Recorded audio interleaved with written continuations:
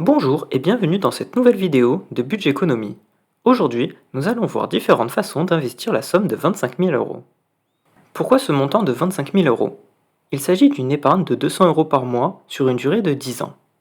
Il s'agit aussi du prix d'achat d'une petite voiture neuve, le type Renault Clio ou Peugeot 208. Afin d'investir au mieux ces 25 000 euros, nous allons étudier différents profils de risque. Le premier profil est un profil épargnant, qui ne souhaite aucun risque de perte en capital. Le second est un investisseur acceptant un risque modéré. Enfin, le troisième, un investisseur qui accepte des risques importants. Commençons par nous intéresser par le profil épargnant qui accepte un risque faible. Les placements possibles sont le livret d'épargne populaire, limité à 10 000 euros et ayant un taux d'intérêt de 6% par an, le livret A, limité à 22 950 euros ayant un taux d'intérêt de 3%, le livret développement durable et solidaire, limité à 12 000 euros et ayant un taux d'intérêt de 3% par an, et enfin les assurances vie en fonds euros. Il n'y a pas de limite de dépôt et le taux d'intérêt est à peu près à 2% par an cette année. Ce sont des placements ayant un capital garanti, c'est-à-dire qu'ils ne présentent aucun risque de perte en capital. Le rendement moyen de ces placements est de l'ordre de 3% par an. Il est à noter également que le livret d'épargne populaire est soumis à conditions de revenus. Si vous souhaitez en savoir plus, je vous invite à regarder la vidéo que j'ai faite sur le sujet.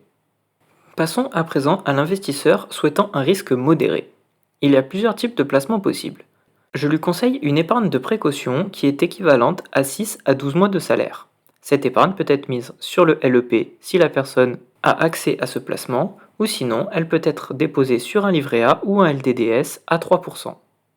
Enfin, les investissements peu risqués sont l'assurance vie en fonds euros, qui a un rendement de 2% par an en moyenne, et enfin les obligations.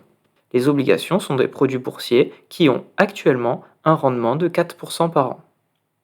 Si cet investisseur souhaite ajouter une part de risque supplémentaire à son portefeuille, il est possible d'acheter des actions ou des ETF qui sont des produits boursiers ayant un rendement moyen de l'ordre de 7% par an.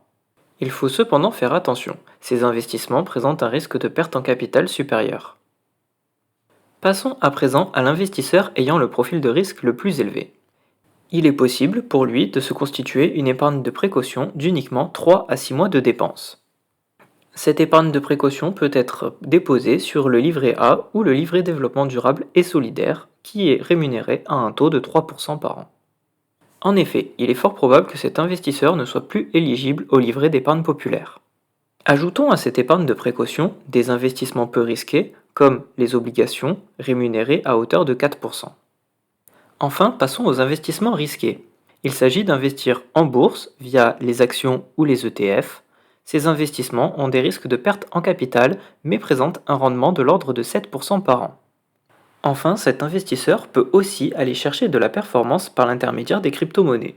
Attention cependant, il est possible de tout en crypto-monnaie. Il peut y avoir un rendement inestimable avec des x2 ou x3 dans la semaine, mais il est aussi possible de tout perdre dans la journée. Personnellement, je n'investis pas encore dans ce genre d'actifs. Je ne me sens pas prêt à assumer ce risque. Il existe un autre type de placement dont nous n'avons pas encore parlé, l'investissement immobilier. En effet, il est possible d'acheter un bien immobilier locatif. L'achat se fera par l'intermédiaire d'un crédit bancaire afin de limiter l'apport. En effet, avec 25 000 euros, vous avez peu de liquidités par rapport à un investissement immobilier. Il faudra donc garder ces liquidités pour gérer les travaux et les vacances locatives. Je vous recommande d'avoir plus ou moins un an de loyer d'avance. Si je peux donner mon avis sur cette pratique, j'estime que le patrimoine de 25 000 euros est un peu trop faible pour débuter dans l'investissement locatif. Si l'investissement en immobilier vous intéresse, je vous recommande de vous orienter vers le crowdfunding immobilier. Le risque est variable en fonction des projets. Il est possible notamment d'investir dans des projets d'achat-revente sans travaux qui présentent un risque moyen vu qu'il n'y a pas de travaux, ou encore dans des projets d'achat-revente avec travaux qui présentent donc un risque plus élevé. Le rendement moyen de ce genre de projet est de l'ordre de 11% par an. Mon avis sur cette catégorie d'investissement est plutôt favorable. En effet, il s'agit d'une excellente source de diversification proposant un haut rendement alors que le risque peut être modéré en fonction du projet. Cette vidéo touche à présent à sa fin. Je vous remercie de l'avoir regardé jusqu'au bout. Si celle-ci vous a plu, je vous invite à mettre un pouce en l'air et à vous abonner à la chaîne YouTube. Si vous souhaitez que je réalise cette vidéo avec un autre montant, je vous laisse me l'indiquer en commentaire. En attendant la semaine prochaine, je vous invite à visionner la vidéo qui apparaît à l'écran.